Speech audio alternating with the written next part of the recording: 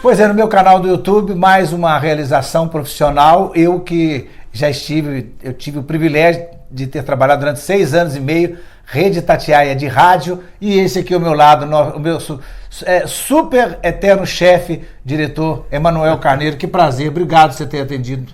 Ó, prazer estar conversando com você aqui, revendo. Eu não posso dizer o mesmo, né? Revendo. O Magela, mas ouvindo também a sua voz, e você teve uma passagem muito importante aqui pela Itatiaia, acordando os ouvintes pela manhã. Itatiaia apresentando No Canto do Rádio com Geraldo Magela. Mas estamos às suas ordens aí para falar um pouquinho sobre a Itatiaia e sobre o rádio de uma maneira geral. Gente, a Rádio Itatiaia, ela completou 67 anos de idade. O Emanuel começou a vir aqui com os 13 anos de idade. E, na realidade, o seu irmão é que idealizou, que teve a ideia de ter uma emissora de rádio, o Januário Carneiro? Ó, a história, ela começa em Nova Lima. Uhum. Na verdade, havia, 1951, 52, há 67, 68 anos, um cidadão que ele montava pequenas rádios no interior de Minas e do Rio de Janeiro também, e ele montou uma rádio em Nova Lima com potência de 100 watts e já botou o nome de Itatiaia. Ó. Muita gente pergunta, por que vocês escolheram o nome da Itatiaia? Não, ela já veio batizada. E o Januário ia muito a Nova Lima, porque nessa época o Vila Nova é que disputava com o Atlético os grandes clássicos do futebol mineiro. E quando ele viu que tinha uma emissora instalada em Nova Lima e a pessoa estava vendendo para instalar em outro local, ele juntou dinheiro daqui, também não era o custo tão grande, e acabou comprando esse canal. Uhum. Mas ele continuou trabalhando em Belo Horizonte, ele era editor de esportes do jornal O Diário, era um jornal da Cúria Metropolitana, e trabalhava também na Rádio Guarani, era correspondente em Belo Horizonte da Rádio Continental do Rio de Janeiro. Bom, o Januário, ele ia a Nova Lima, voltava e tudo, mas ele sentiu que aquele projeto de emissora de rádio, que não pegava em Belo Horizonte, não tinha sinal em Belo Horizonte, era apenas local em Nova Lima. Aquela fala para o centro e cochicha para os bairros. Ele imaginou, e aí eu penso que foi o pulo do gato, de trazer essa emissora para Belo Horizonte. Uhum. Mas você não podia mudar uma emissora de rádio de uma cidade para outra. Ele conseguiu um terreno da Morro Velho e colocou a Itatiaia no ponto mais próximo de Belo Horizonte, onde é ali o shopping center hoje. Sim. O BH Shopping, ali perto do Rancho do Boi. A Itatiaia permanece sendo uma emissora de Nova Lima. Sim. Bom, ele trouxe a Itatiaia de Nova Lima, do centro de Nova Lima, para ali perto do BH Shopping, ela começou a ser percebida em Belo Horizonte. Depois, conseguiu aumentar a potência, ela passou de 100 watts para 500 watts e depois para 1 kW. E com esse 1 kW, a Itatiaia funcionou praticamente quase que 10 anos, fazendo uma coisa diferente na programação. Porque o Januário, indo ao Rio de Janeiro, lá na Rádio Continental tinha um slogan, Continental que está em todas. Ah. A Continental, ela era de um deputado chamado Rubens Berardo. Ela era uma emissora que cobria campeonato aspirante no Rio, campeonato de remo, basquete, vôlei. Uhum. E tinha uma equipe de repórteres na rua, os Comandos Continental. Sim. E aquilo era uma novidade que estava chegando ao Brasil, vinda do rádio americano, porque o rádio americano já estava sofrendo uma forte concorrência da televisão. Uhum. Aí o Januário ele se inspirou na Rádio Continental, então? E ele pensou em fazer uma Rádio Continental em BH. E em São Paulo já estava também no ar a Jovem Pan, que chamava-se, o nome todo era Rádio Pan-Americana, e que também fazia praticamente a mesma coisa. Sim. Mas o Rio de Janeiro é que dava as ordens no mercado brasileiro de comunicação, as agências de publicidade, os anunciantes. A Itatiaia, depois que botou os transmissores ali perto do BH Shopping, ela trouxe os estúdios para Belo Horizonte, aí estúdio você podia trazer, funcionou na rua Rio de Janeiro, 446, edifício Timboí. Ela veio diferente, indo para a rua, fazendo reportagens, debates, uma coisa muito parecida com o que é feito hoje no rádio e na Itatiaia. E na época a concorrência era a Rádio Guarani, não era? Na Belo Horizonte tinha 3 emissoras de AM. Era Inconfidência, Guarani e Mineira. A Mineira e a Guarani eram dos diários associados, do Assis Chateaubriand. Sim. E a Rádio Inconfidência, que era uma potência, Do governo. era do governo do estado de Minas Gerais. Aí veio Itatiaia, devagarzinho,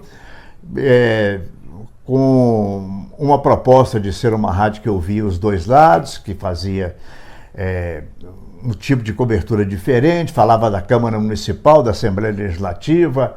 A Itatiaia conseguiu passar para 5 kW, aí já a abrangência já foi maior, já pegava em 7 Lagoas. E as pessoas acham que, vendo a Itatiaia hoje, essa potência que eles não sabem o perrengue que já passou, né? Assim, Não, foi uma dificuldade muito grande. A Itatiaia, ela apostou muito em jovens, em artistas que depois se tornaram, mas que não tinham oportunidade em outras emissoras de rádio. Sim. E muito estudante de faculdade, muito estudante de advocacia, muita gente que passou pela Itatiaia e que depois se tornou profissional, bem acabado. E que ainda continua sendo assim, né? Se você ver. E a história sempre foi assim, apostando em fazer os próprios funcionários da casa. Sim. Né? Ô, Emanuel, eu posso estar enganado, mas 50% a 60% dos funcionários têm mais de 20 anos. Muitos mais. É? Muitos mais.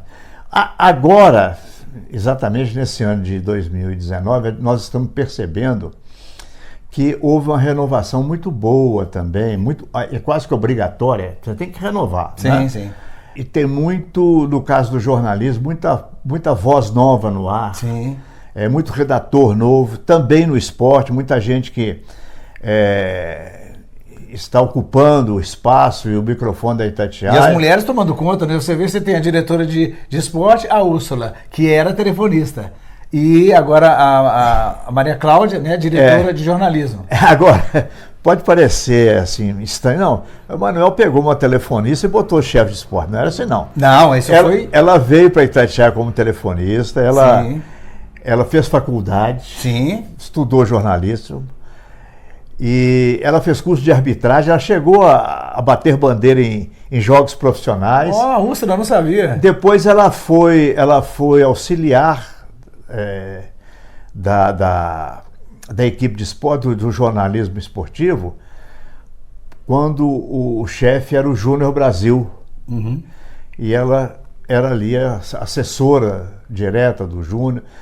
O Júnior não quis mais ser chefe, foi fazer outras atividades, e a Úrsula assumiu, mas ela já conhecia muito como funcionava a cobertura esportiva da Itatiaia. A Maria Cláudia veio também como estagiária e formou-se em jornalismo. Ela era correspondente da Itatiaia, acho que na França, né? Não, ela chegou a fazer um período no exterior. Da Central de Notícias Internacionais, Maria Cláudia Santos. E ela substituiu o Márcio Dotti. A minha secretária, que ajudou você a montar esses equipamentos, a Juliana, ela veio para ser atendente no estúdio. Depois ela veio ser auxiliar de secretaria. Depois ela se tornou a secretária da presidência. É o que eu falo nas minhas palestras, Manuel, que a pessoa quando entra numa empresa, ela tem que procurar fazer o melhor, procurar, igual você falou a respeito da Úrsula, ficar de butuca, observando vai aprendendo, e isso só tem a ganhar. Foi o que aconteceu com essas pessoas que você está falando, e é um aprendizado. Hoje eu falo sempre, Manuel, que eu comparo você, a Itatiaia, com o SBT em São Paulo. você ter uma ideia, o SBT hoje é um lugar onde as pessoas têm o maior prazer de trabalhar por causa do Silvio Santos, pela simplicidade. E você tem essa característica, porque você não é aquele diretor, eu acho que você não tem, assim como o Silvio Santos, a noção da sua importância. E aí a sua simplicidade de estar no corredor, ô chefe, vai brincando um com o outro, então cria esse carinho. Por isso a sua turma, né, tem tanto tempo que está com você, é pelo carinho, é por um todo, né, amizade um com o outro. Eu sempre digo o seguinte, você é o presidente da Rádio Itatiaia. Tá, tudo bem, sou o presidente da Itatiaia. Mas para mim, a pessoa mais importante não é o presidente. Eu diria que a pessoa mais importante, nesse momento nós estamos aqui às 3 horas da tarde, o Robson Laureano e a Cássia Cristina, sim, é que são as pessoas mais importantes da Itatiaia, porque elas estão se comunicando com o público. Sim. E esse é que é o nosso caminho, a nossa meta é atender o público com dignidade, com honestidade. A Itatiaia adquiriu um respeito muito grande junto à população. Isso dá um retorno muito grande em termos de audiência, mas o mais importante daquele momento na Itatiaia talvez não seja eu. É o Zelino que está no ar, é o Acir Antão, é o Milton Naves apresentando o Rádio Esportes. É o Eduardo Costa. É o Eduardo Costa que vem em seguida. Ela cultiva muito que aqui seja um local bom para trabalhar, tranquilo. Nós não temos nenhuma ligação com políticos, nós não temos nenhuma ligação com... Totalmente isenta. Com grupos econômicos. Agora vamos conversar do lado engraçado, que é a minha parte. Nós tínhamos aqui na Itatiaia, aos domingos, gente, o locutor Paulo Marques. E ele tinha uma locução assim, bem tipo rádio AM impostada, né? E ele tinha uma frase assim, ó, bom dia, Brasil, boa noite, Japão. Não, era Como foi a história? Não, é o seguinte. A Itatiaia vinha com o futebol, jornada esportiva, que terminava por volta de 7h30, 8 horas da noite. No domingo. E eu apresentava a grande resenha esportiva, sim, junto com o Marco Antônio Bruck, às vezes até com o Milton Naves. E quando terminava a grande resenha esportiva, lá pelas 9h30, entrava o Domingo Alegre com o Paulo Marques. Paulo Marques era um comunicador. Bom, o Paulo Marques terminava o programa dele perto de 11 horas da noite, porque entrava o apito final no domingo. E o Paulo Marques, ao se despedir, tocava aquela música dele, o prefixo, e ele falava assim, estamos terminando, até o próximo domingo, o Domingo Alegre com o Paulo Marques. Boa noite, Brasil, bom dia, Japão. Eu achava aquilo meio ridículo. E cheguei a falar umas 2 vezes com o Paulo Marques. Deixa eu te falar. Isso é ser pretensioso demais. Você dá bom dia pro Japão. E ele, não, chefe, não sei o quê, mas ele foi levando. Até que um dia aparece aqui na Itatiaia uma carta vinda de um ouvinte do Japão. Porque o rádio hoje já não usa mais a onda curta, mas a onda curta você era ouvido na Finlândia, na Austrália, nos lugares mais distantes, você não imaginava. Você não tinha noção pela propagação, você não imaginava onde e eles têm uns clubes de recepção no exterior que eles mandam uma gravação ou uma transcrição daquilo que você colocou no ar para você constatar que ele ouviu a Itatiaia. Sim. E aí o Paulo Marques pega essa carta do Japão e coloca no quadro de aviso da Itatiaia. Aí eu tô chegando, a Itatiaia falou assim, chefe, aqui, olha lá para você ver como é que eu tô certo lá e tal. E a pessoa tinha ouvido a Itatiaia lá no Japão. Aí o que você falou com ele? Não, continua falando. Então eu perdi. Falei assim, 1-0 pra você. 1-0 pra você.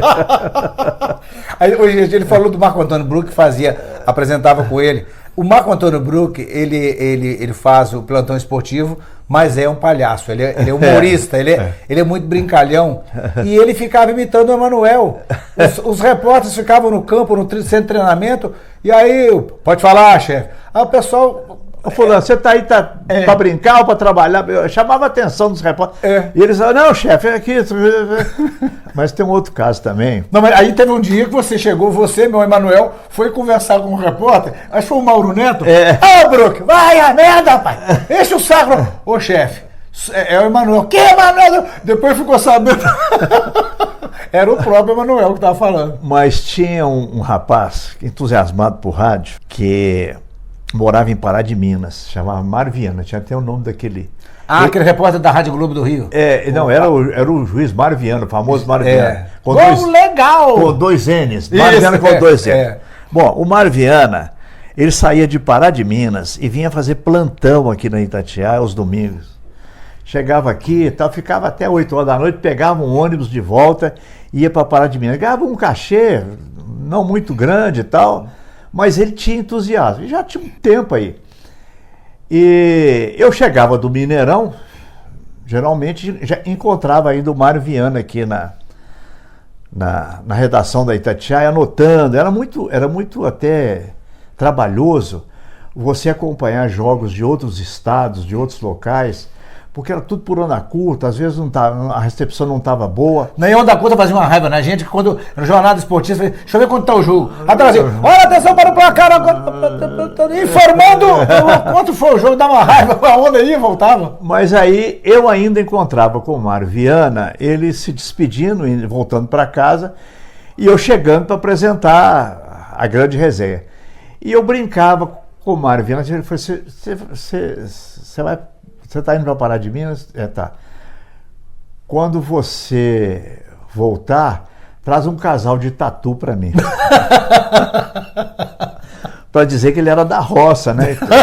Sim. Bom, um domingo, passou um tempo, eu estou chegando do Mineirão, aí, passando pela portaria, o porteiro da rádio falou assim, ô chefe, deixaram 2 bichos para você, ali naquele quartinho. Eu falei, o quê? Ele acreditou. Eu nem conhecia tatu direito. Eu nasci no asfalto, né? Aí ele falou, ele abriu o quartinho, eu olhei lá, 2 bichos assim, imensos, aquele cheiro assim, diferente. Tudo. Eu falei assim, eu subi para a redação, falei, Mário, o que é isso? Ele falou, chefe, você não pediu um casal de tatu? Eu falei, eu não tenho sítio, não tenho roça, não tenho fazenda, eu vou fazer com tatu. O senhor pediu, professor, então eu quis te chamar de capital. Mas foi uma luta para arranjar alguém para levar o tatu, para adotar esses tatus. Mas ele atendeu o meu pedido, ele me deu um casal de tatu. Não deixou de atender aquilo que você pediu para ele, a encomenda. Gente, hoje está tudo assim, mas a tecnologia, quando chegou a internet, muita gente falou, o rádio acabou. Foi. Gente, hoje o rádio, você está no Japão, você está nos Estados Unidos, você lê o jornal da sua cidade, você ouve a Itatiaia, é como se você estivesse no bairro de Belo Horizonte. E ninguém imaginava isso. Ô Emanuel, para você fazer uma transmissão esportiva no interior, diz que era um tal de esticar fio, subir em poste. Não era uma beleza? Eu sempre conto aqui que, por exemplo, o Brasil era a idade da pedra em termos de comunicação. Para transmitir um jogo lá do estádio do Vila, a Itatiaia usava uma linha particular que a Morro Velho tinha, ligando Nova Lima ao escritório que a Morro Velho tinha em Belo Horizonte. E como era domingo, geralmente o escritório não estava funcionando, a Itatiaia fazia essas transmissões pela linha da Morro Velho. Você fazer uma Semana Santa em Ouro Preto, conseguir transmitir de Ouro Preto, de outros locais, era uma dificuldade muito grande, né? Para fazer um jogo, por exemplo, em Porto Alegre, você comprava um canal dos Correios, o Correio te dava um canal para você transmitir. Mas isso chegava para o público assim como um grande feito. A rádio conseguiu transmitir de Recife, transmitiu um jogo de Uberaba. Aí a satisfação de você mesmo, do proprietário do Januário, quando dava certo a primeira transmissão em algum estado, como a primeira transmissão do exterior, né? Aquela ansiedade enorme, Quando a Itatiaia transmitiu pela primeira vez do exterior, que foi o Campeonato Sul-Americano de 1959 na Argentina, que se comemorou agora 60 anos. Foi aquela frase do Januário, habla, senhor. Habla, senhor, que ele ficou tão nervoso que ele esqueceu de ligar o microfone para abertura. Mas isso aí foi assim, né? Extraordinário. Agora você fala da Rússia. De Moscou, Rússia, Bruno Azevedo, Copa do Mundo na Itatiaia. Qualquer lugar do mundo. Dos estúdios da Rádio Deutsche Welle, em Colônia, na Alemanha. Da Rádio ONU, em Nova York, Leda Letra. De Lisboa para a DW, João Carlos. De Jerusalém, Richard Furst, para a Rádio Itatiaia. Com um som que às vezes o ouvinte pode até não acreditar que você esteja falando do local, porque é exatamente o som do estúdio. Sim, não, né? eu que não... O som digital do estúdio. É a mesma coisa, é uma coisa inacreditável, é impressionante. Tanto som como imagem da rádio, televisão, o seu famoso delay, né, que tinha... Quando a TV Itacolomi, ele inaugurou uma rede de repetidoras ligando o Rio de Janeiro a Belo Horizonte, que é a Tupi do Rio, a TV Itacolomi em Belo Horizonte, e que nós começamos a ver Botafogo e Flamengo, Vasco e Fluminense na sua casa. Né? A imagem era meio assim... Né? Chuvisco. Era meio... Não era a transmissão lá do Milton Collin. Não, e antigamente você lembra que o pessoal vendia 3 faixas para colocar na televisão para ficar colorido? Embaixo, eu acho que verde, no meio, eu acho que é amarelo. Não, embaixo era marrom por causa da terra. O meio era verde, em cima era o azul por causa do céu. Mas, então, a comunicação, até hoje, né, quem viveu em outras épocas, eu fico espantado com a rapidez que você tem de pegar uma informação no Google, de você... É muito imediato. Acessar uma emissora de outro país e você ser ouvido também. Sim. Em outros cantos do mundo. E tudo com qualidade digital. Você não nota, por exemplo, se a televisão está com uma imagem do Mineirão ou de um jogo lá na Coreia do Sul. É tudo muito... Isso não tem fim, Manoel. Por exemplo, a Itatiaia, você pensa de fazer a Itatiaia uma TV, assim como a Jovem Pan está fazendo, ou não? Você é mais Minas? Nós estamos adotando as novidades. Hoje, o ouvinte pede um pouco mais além do que você só colocar o som no ar. Ele quer ficar interagindo. Sim. Por isso é que você coloca no ar um WhatsApp, né? O ouvinte... Antigamente o ouvinte mandava uma carta para fazer uma reclamação, o locutor lia a carta no ar. Agora não, ele acessa o celular, ele faz uma mensagem e aquilo entra com uma qualidade de som muito boa. Nós estamos usando muito, né, a internet. Pela internet você pode acessar uma emissora como a Itatiaia em qualquer parte do mundo. Sim. Tem os aplicativos, a gente tem o som também na TV a cabo, né, na NET, na Sky. Tem rádios NET, tem uma série de Só que nós estamos tendo também aqui na Itatiaia uma preocupação muito grande, primeiro, com o fake news. Sim. É aquele ouvinte ou aquele que não tem muita responsabilidade. Sim. São poucos, mas eles podem causar um mal muito grande. Sim. De colocar fake news, certo? Dizer aqui é o fulano de tal e tal, não sei o quê, e não é ele, né? Aqui é o secretário, não sei o quê, olha, vamos fazer isso, fazer aquilo. Há uma preocupação muito grande sobre isso. Mas eu acho que até isso vai ficar fácil pela própria tecnologia de acabar. E uma outra coisa que nós recomendamos muito, porque passamos por umas outras situações que foram difíceis, que foi a época da censura. Ah, sim. Em que você podia ser enquadrado na Lei de Segurança Nacional se desse uma notícia que contrariasse Sim. Aquilo que estava estabelecido. Não pode dar isso, não pode dar aquilo e tal. E alguns jornalistas nossos chegaram a ser chamados para depoimento. Por que você falou isso? Por que falou aquilo? Uhum. É uma época que nos atingiu bastante, né? O conteúdo. A Itatiaia tirou alguns programas do ar porque ela preferia não dar a notícia do que dar notícia chapa branca. Sim. Né? Muita coisa foi assim. Por isso é que temos hoje no Brasil, e é uma situação assim muito boa para a imprensa, nós temos uma ampla liberdade para divulgar todos os assuntos. Você pode criticar o presidente da República, você pode colocar no ar uma denúncia, mas tudo isso tem que ser com bom senso. Com bom senso e com uma base muito... Você tem que ter uma certeza absoluta. Tanto é que, às vezes, nós damos 10, 15 ligações interurbanas ou internacionais para apurar uma notícia, para dar um resultado, para dar saber uma contratação de um jogador. Porque se você arranhar a sua credibilidade, você fica sujeito a uma avaliação forte do ouvinte. Ele começa a desconfiar do seu conteúdo, e isso dificilmente você recupera. E é bom que você tem esse cuidado, a sua equipe de jornalistas, que a gente nota, e a gente nota também que nos dias de hoje, com relação à política, foi do extremo ao outro. Ninguém gostava de política, gostava de futebol. Agora eles estão tratando a política como futebol, só que de uma maneira extremamente desagradável. É como se fosse uma torcida desorganizada. Fica à direita metendo pau na esquerda, ao invés de ter o que eu falo, que é o meio termo, o bom senso.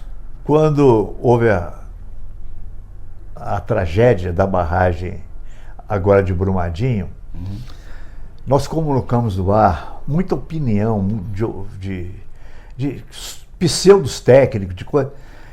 Parecia que no Brasil todo mundo entendia de barragem. Não, porque tem que fazer isso, porque isso aqui, a barragem foi feita assim, assim. Isso é um perigo muito grande. Às vezes havia uma brincadeira que o Brasil tinha quando o Brasil tinha uma população de 180 milhões, que o Brasil tinha 180 milhões de técnicos de futebol. Todo mundo entendia de futebol. Cada um vai dando um pitaco. Agora, todo mundo entende de barragem. Verdade. Aí tem que haver o cuidado de colocar no ar pessoas que, na verdade, sem qualquer sombra de dúvida, tenham a autoridade, competência, conhecimento para dar uma palavra sobre barragem. Isso. Ou sobre um desastre aéreo. Qualquer que seja o assunto, mas qualquer assunto tem que merecer uma avaliação se você está ou não ouvindo a pessoa certa. Quando eu comecei a trabalhar aqui na Itatiaia, foram 6 anos e meio, e aqui na Itatiaia, gente, olha, a pessoa só vai embora se ela aprontar ou se não tiver jeito. Eu tive que sair porque eu estava começando a despontar como humorista, essa coisa toda. Estava ganhando pouco também. Não, eu ganhei muito bem. Eu sempre fui muito bem remunerado, bem respeitado. E uma vez, eu não sei que brincadeira que eu fiz, aí o Januário, seu querido irmão, me chamou na sala dele e falou assim: ô meu filho, deixa eu te falar, para ser irreverente, não precisa ser indecente. Você, arrepiei tudo. Você não imagina o tanto que essa frase me acompanha até hoje, porque é uma verdade. Hoje eu faço palestras, faço shows, e é para todas as idades. Exatamente no final da palestra eu falo, gente, eu aprendi que realmente para ser irreverente não precisa ser indecente, porque se você faz um show para todas as idades, para todos os públicos, e realmente foi um aprendizado. Na época, Emanuel, talvez você não saiba, mas quando você me deu um emprego aqui, acreditou em mim, muita gente de rádio ficava: o Manel Carneiro enlouqueceu, como é que ele foi um cego trabalhando na Rádio Itatiaia? E aí acabou que passou o tempo, eu acho que eu agradei, as pessoas gostaram, é uma emissora muito querida e eu fico muito feliz. É tanto assunto que realmente não dá, as coisas que já aconteceram. Eu lembro uma vez, não sei se foi na Itatiaia, o Pedro Luiz Carrapeta era um repórter policial. Eu não sei se alguém sumiu numa mata lá em Ouro Preto, olha a criatividade, isso que eu falo, a pessoa tem que ganhar na criatividade. Como ele não tinha jeito de ir lá de helicóptero, o que ele fez? Ele pegou uma Kombi velha, Aí foi como, acelera aí. Aí foi lá atrás da Kombi. Tô sobrevoando. Nós estamos sobrevoando aqui procurando.